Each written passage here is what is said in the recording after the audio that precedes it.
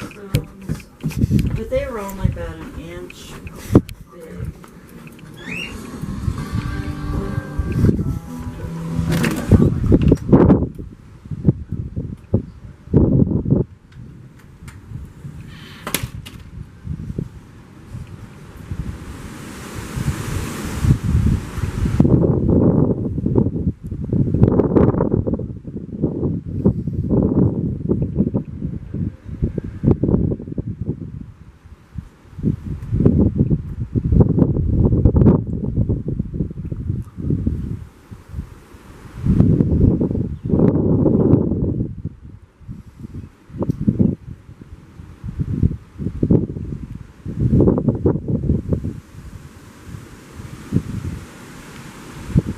I don't know what this is.